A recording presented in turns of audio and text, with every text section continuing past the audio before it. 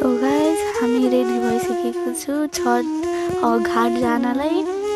अनि मम्मीले पनि रेडी गरिदिए, आन्टीलाई, भाइ, मामा, दाइ सब रेडी भइसकेको छ।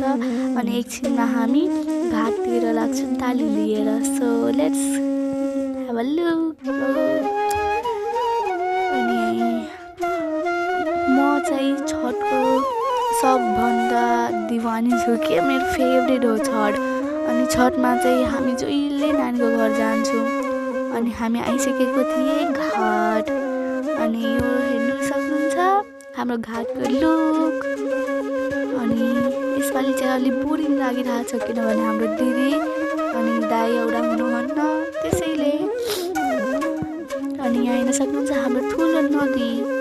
अनि हामी पसिसकेको छौँ नदीभित्र अरग दिनलाई।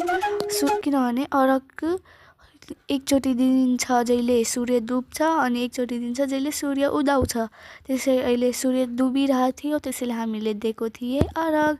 अनि अरग दिएर हामी घरतिर लाग्छौँ। अनि फेरि बिहान हेराउँछु हजुरलाई।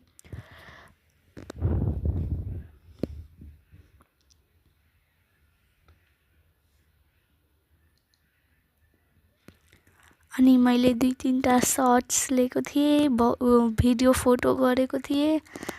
अनि छठ एकचोटि त आउँछ सालमा, अनि त्योमा पनि डान्स नगर्ने, फोटो नलिने, भिडियो नबनाउँदै यस्तो त हुनै सक्दैन।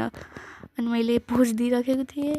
अनि छठ घर जाने बेलामा आन्टीले त्यही नदीमै नुहाउनु भएको थियो। अनि मेरो मानिन्छ कि त्यो लिएर मुख पुज्दा नि आशीर्वाद राम्रो मिलिन्छ भनेर।